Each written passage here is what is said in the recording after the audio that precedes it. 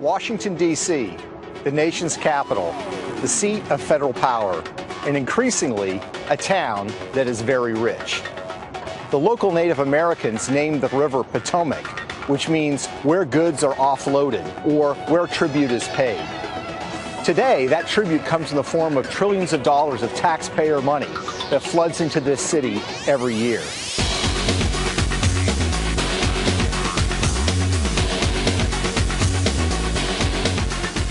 While 1 out of every 6 Americans worries about where their next meal is coming from, Washington, D.C. has the highest rate of fine wine consumption in the United States.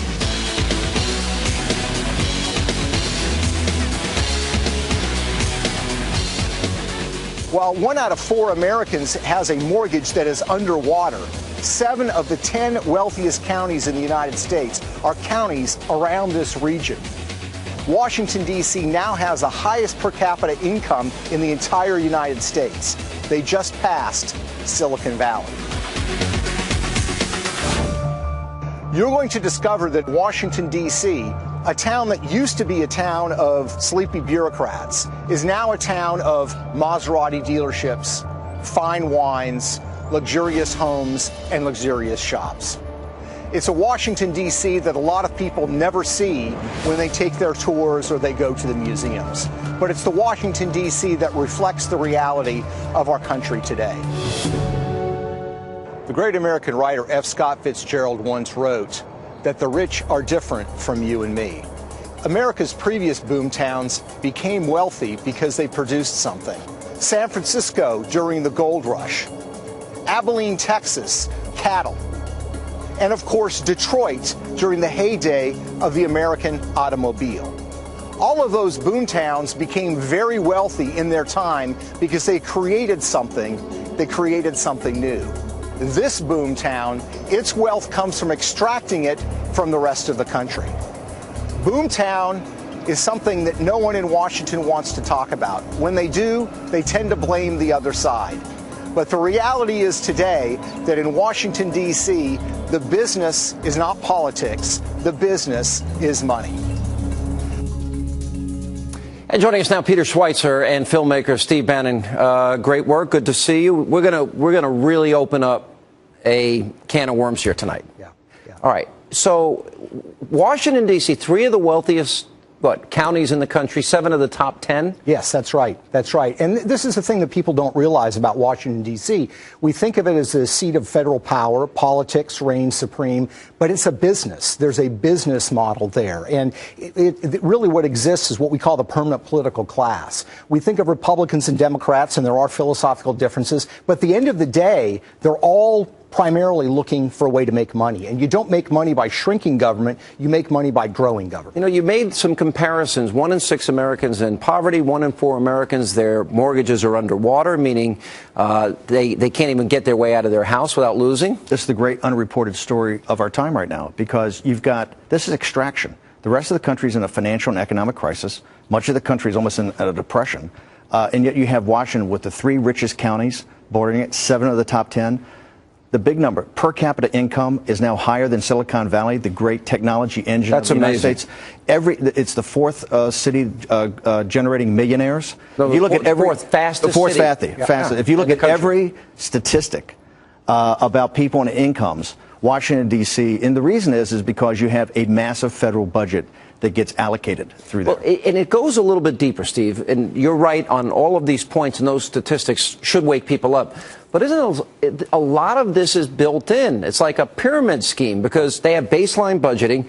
Every budget, every area of government goes up 6, 7, 8% a year, even though we're still borrowing nearly 50 cents of every dollar they spend. That's right. And Sean, what's interesting is it's not only the allocation of federal dollars, but there's a lot of money that comes into Washington to determine how that money is going to be allocated. So you've got taxpayer money, you've got special interests putting money in Washington, D.C. to influence the process, to steer money in their way. It is a town awash with cash. And the sad reality is that it's only going to get worse. It's not going to get better. One of the arguments that I have made as the president has so successfully used the class warfare arguments as he has, it's interesting. It seems that the politicians are the ones that are greedy, selfish, power hungry. They build up their power by granting people government programs, spending other people's money. How come they've never got tagged as being greedy and selfish as they now steal from our kids' piggy banks? I think no one's ever turned the camera on them. I think that's what we intend to do. We're going to look at this, and this is a bipartisan problem. This is just not a beatdown on Democrats, although they are the party of big government. This is a permanent political class that has now kind of formed an aristocracy. And that aristocracy, that's why nothing changes in Washington. That's why you have these budget debates. And like you said, you're talking about cuts in growth rates of budgets, not cut in the budget itself. It's not a downside. Yeah. They never cut it. And the reason is, as you can tell, they've really extracted money through taxes and then the ability to borrow for their lifestyles. In addition, there's no pressure on them to really cut. They really control Wall Street. It's not the money controls Washington. Washington controls the money. They have an industrial logic to this business model, just like any other business model, and that is to extract power from the rest of the country and money into a centralized location, which is Washington. You know, you mentioned in your piece, Peter, about Maserati dealerships and fine wines and expensive restaurants and the home prices, et cetera. Yeah. Are these government employees that are buying the Maseratis?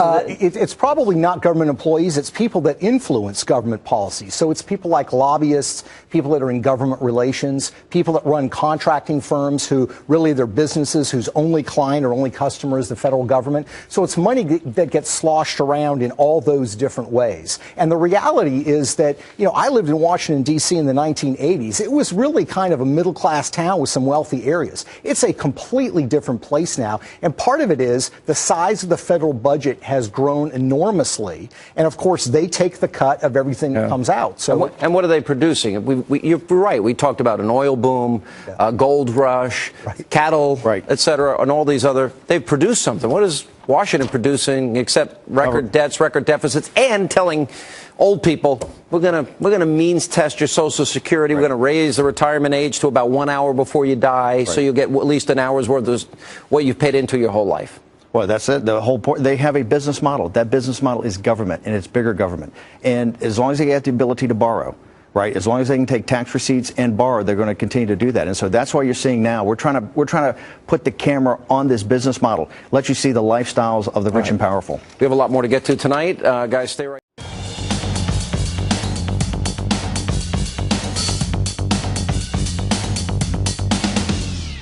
Washington, D.C. is America's boomtown, and like any boomtown, it needs to have its own aristocracy. In Washington, D.C., we think of politics in terms of red and blue, Democrat and Republican, but here, the color that really matters is green. We think about political parties and you think about political affiliations, but what really matters in Washington, D.C. is power affiliation.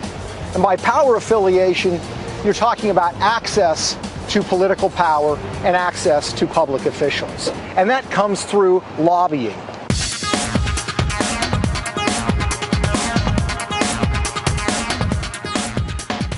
Whatever law, whatever bill is trying to be passed, it may adversely impact an industry.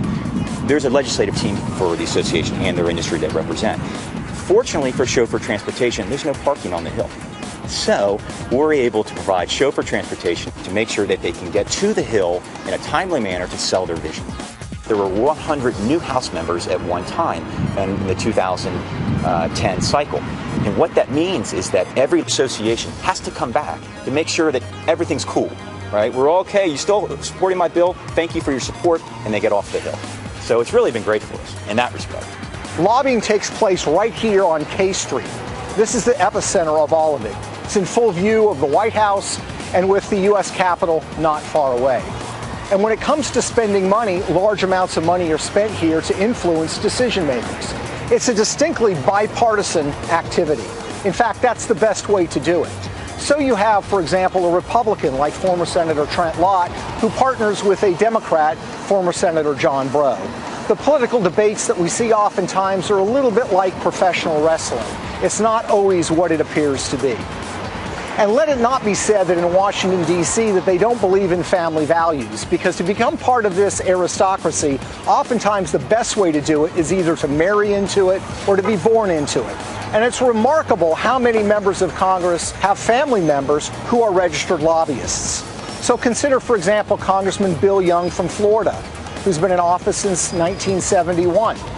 He's head of a very powerful subcommittee that controls spending on defense. He has a daughter-in-law who's a registered lobbyist. Since 2000, she has lobbied on one issue and done so very successfully. It's, as you would probably guess, on defense spending. Or consider the case of Senator Harry Reid, the majority leader, Democrat from Nevada. He actually has several family members who have been registered lobbyists. He has a son who has lobbied on behalf of several groups and secured $50 million in earmarks. He also has another son who's involved in a $5 billion venture involving a Chinese effort to develop an energy project in the desert of Nevada. In that particular case, the majority leader took a personal interest and helped to push it through. So just remember, when you see the professional wrestling in Washington, D.C., it's not so much red and blue, it's really green, the color that really matters.